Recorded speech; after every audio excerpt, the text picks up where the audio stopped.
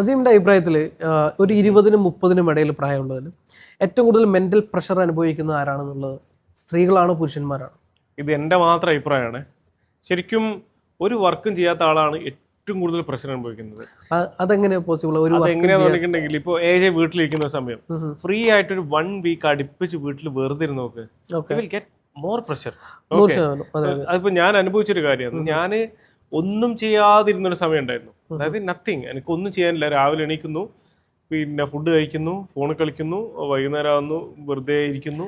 അതൊക്കെ അതല്ലാത്ത രീതിയിൽ ഇപ്പം എന്നെ സംബന്ധിച്ചിടത്തോളം ഞാൻ കാണുന്നൊരു കാര്യം എന്ന് പറഞ്ഞു കഴിഞ്ഞാൽ, ഇപ്പം പണ്ടത്തെ കാലഘട്ടങ്ങളിലൊക്കെ നമുക്ക് ഈ പറയുന്ന പോലെ പുരുഷന്മാർക്ക് കൂടുതൽ റെസ്പോൺസിബിലിറ്റീസ്, ഉത്തരവാദിത്തങ്ങൾ, തീർച്ചയായും 20, 28 അല്ലെങ്കിൽ 29 വയസ്സാകുമ്പോഴേക്കും കല്യാണം കഴിക്കണം.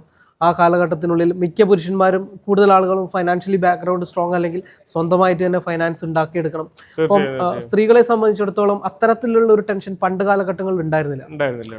അപ്പം ഇന്നത്തെ കാലഘട്ടത്തിൽ എൻ്റെ ഒരു അണ്ടർസ്റ്റാൻഡിങ് എന്താണെന്ന് വെച്ച് കഴിഞ്ഞാൽ, ഇന്നത്തെ കാലഘട്ടത്തിൽ പുരുഷന്മാരോടൊപ്പം തന്നെ സ്ത്രീകളും അവരുടേതായിട്ടുള്ള ഒരു സ്റ്റാൻഡ് ക്രിയേറ്റ് ചെയ്യാനായിട്ട് ഇപ്പം നമുക്ക് നോക്കുകയാണെങ്കിൽ സ്ത്രീയും പുരുഷനും ഏകദേശം എന്താ പറയുക, ആണുങ്ങളാണെങ്കിലും പെണ്ണുങ്ങളാണെങ്കിലും ഒരുപോലെ വർക്ക് ചെയ്ത് അതിന്റെ പ്രഷർ ഒരുപോലെ ഏറ്റെടുക്കുന്നുണ്ട്. ഇപ്പോൾ ഒരു പണ്ടത്തെ പോലത്തെ ഒരു ടിപ്പിക്കൽ ഫാമിലി ഇപ്പോൾ ഇല്ല.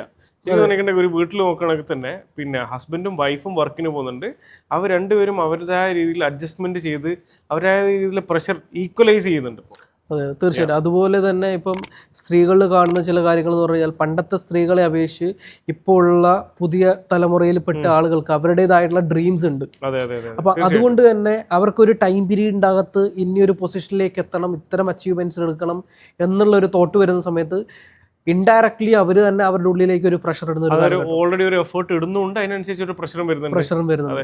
പണ്ടത്തെ ആളുകളെ നോക്കിയാൽ മതി. ഇപ്പൊ ജസ്റ്റ് എക്സാമ്പിൾ, എൻ്റെ ജസ്റ്റ് എക്സാമ്പിൾ പറയുന്നതാണ്. നമ്മളെ വീട്ടിലുള്ള ആൾക്കാരെ നോക്കുകയാണെന്നുണ്ടെങ്കിൽ അവർക്കറിയാം ഒരു 22-23 വയസ്സ് കഴിയുമ്പോഴത്തേക്ക് അവരെ കല്യാണം കഴിയും. സോ അത് അടുത്ത പിന്നെ നോക്കണമെന്നുണ്ടെങ്കിൽ കല്യാണം കഴിഞ്ഞതിന്റെ ഭാഗമായിട്ടുള്ള ബാക്കിയുള്ള കാര്യങ്ങളാണ് അവർ നോക്കേണ്ടത്. അവിടെ ഈ പറയുന്ന പോലെ പുരുഷന്മാരാണ് കൂടുതൽ പ്രഷർ എടുത്തുകൊണ്ടിരുന്നത്. ഇപ്പോ ജസ്റ്റ് എക്സാമ്പിൾ ഞാൻ എൻ്റെ വീട്ടിൽ തന്നെ പറയുന്നതാണ്.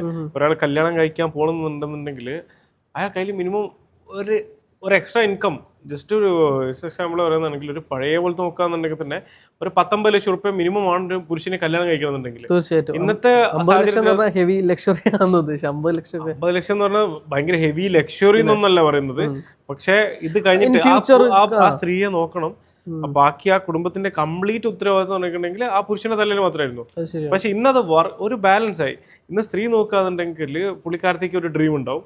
AJ പറഞ്ഞ പോലെ തന്നെ പുള്ളിക്കാരത്തേക്ക് ഒരു ഡ്രീം ഉണ്ട്. പുള്ളിക്കാരത്തി അതിനു വേണ്ടി വർക്ക് ചെയ്യുകയാണ്.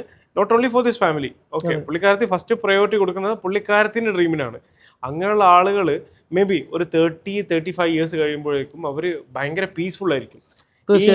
ഒന്നും ചെയ്യാതെ ഇപ്പോഴും സ്റ്റിൽ എന്താ പറയാ ഒരു അല്ലെങ്കിൽ ഒരു പഴയ മോഡൽ ലൈഫിൽ എന്തെങ്കിലും ആകണം, എന്നാൽ ആ ഒരു പൊസിഷനിലേക്ക് എത്താൻ പറ്റാത്തവരാണ് ഈ പറയുന്ന പോലെ സ്ത്രീകളാണെങ്കിലും പുരുഷന്മാരാണെങ്കിലും കൂടുതൽ പ്രഷർ അനുഭവിക്കുന്നത്.